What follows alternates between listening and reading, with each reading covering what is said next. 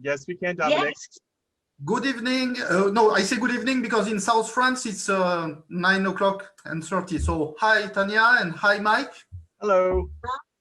And first of all, happy birthday with a little bit late. I'm a little bit late. Sorry, my English is not perfect. I will try to help myself.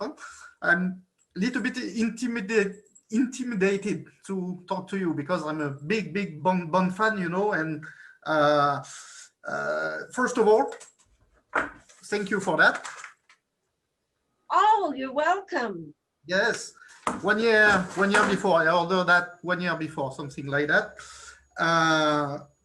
You know, so I have to say I'm quite intimidated talking to you. I'm a James Bond fan, and often overlooked A View to a Kill is one of my favorites, you know.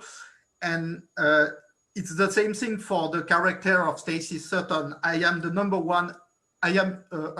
one advocate, in addition to being incredibly beautiful, and you still are.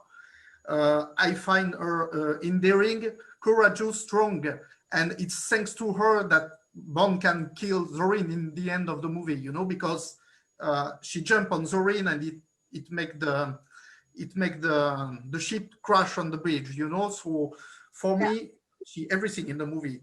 So I have one question for you first. Do you think that in your time the Bond girls were still just stooges in interesting roles, and that the situation has changed recently for them, or do you think that they have always been strong female roles in the saga? Well, in the old days of Bond, they weren't nearly as, they were more of an appendage, you know, a pretty face, and they but they always they had played good characters. They wrote good characters for the women, but now I think the women's parts are getting much more physical, and they're, you know, and that's really good. It makes them more it just, to me, makes it more real and more feminist, and I like that. Yeah, but I think they have always been strong character in the saga. It's not fair sometimes from some newspaper. They say that Bond girls were never interesting. I think it's not true, especially for Stacy Sutton. For me, it's a strong character, you know. I don't know how you feel it when you shot the movie, but for me, it's a strong woman, a smart woman, and I never think she was uninteresting, you know. Yeah, I think I know what you just said. You think the characters are interesting, right, Mike?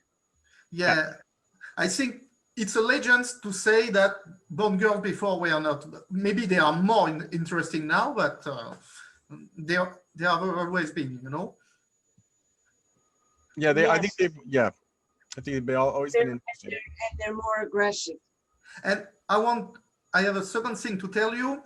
1 month before, there was a birthday party for the 35 years old of the movie, you know, in the Chantilly Castle.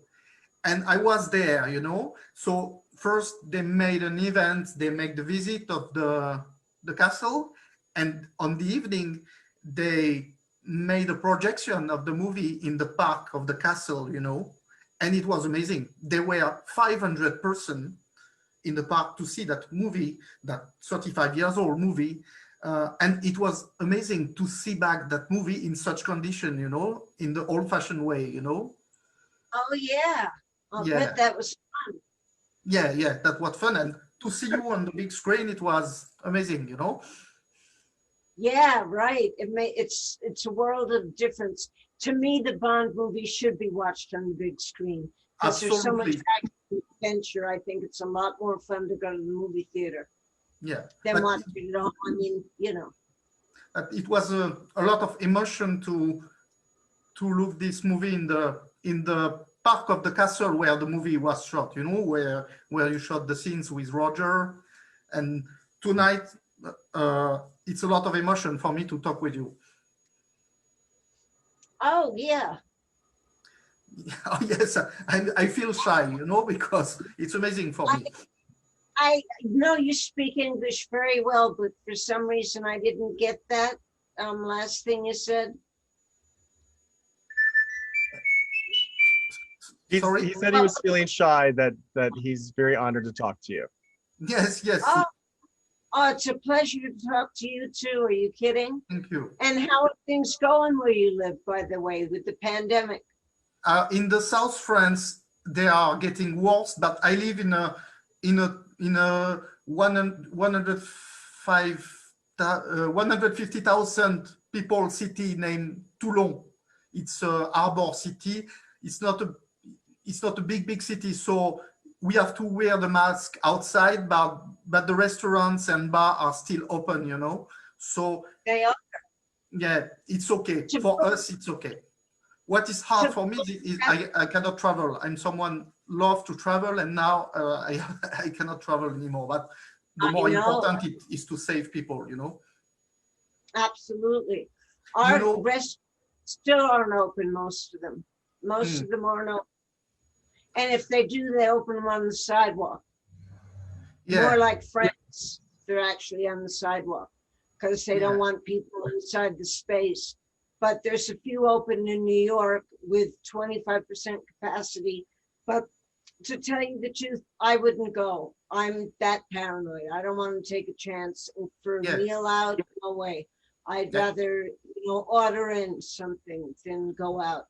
Yeah, there are some priorities, you know. There are some important things to do, but it's okay. In Toulon, we're not so bad. Yep. Yeah, it's okay. But I hope, just like everyone, there will be a vaccine and that the world will be better, you know. I hope you know, I'm a male nurse. I work in psychiatry, so I had to meet some people who had the virus. So I took some risks sometimes, you know, and for me, it's not comfortable for me and my family, you know. No, that must be scary. So you had to go to work? During 3 months, I have to live in another place than my wife and my daughter, you know, they were scared to get the virus, you know, so we made this choice, you know. Sure.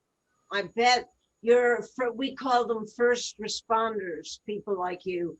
It's a great service that you do, and we're all really grateful because we need you guys. Yeah. And but you just got to keep on your mask and your shield and hope for the best, right? But to be honest, I don't work in ICU, you know, I work in psychiatry, but anyway, we have an important role because our patients, they are more, they are not strong, they're more scared than other people about the virus, you know, so they need us to comfort them. Sure. No, I can imagine. And I think there's a lot of people out there who are very depressed about it, and other people who are just anxious about it.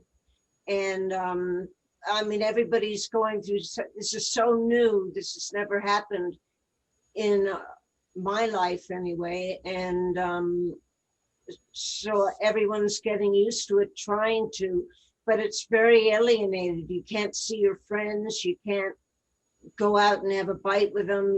We're just stuck in our houses, and that's the way it is for the while. So I can imagine a lot of people come to you for help. But tonight for me to talk with you was a solace, you know, made me feel good, you know. Oh, great!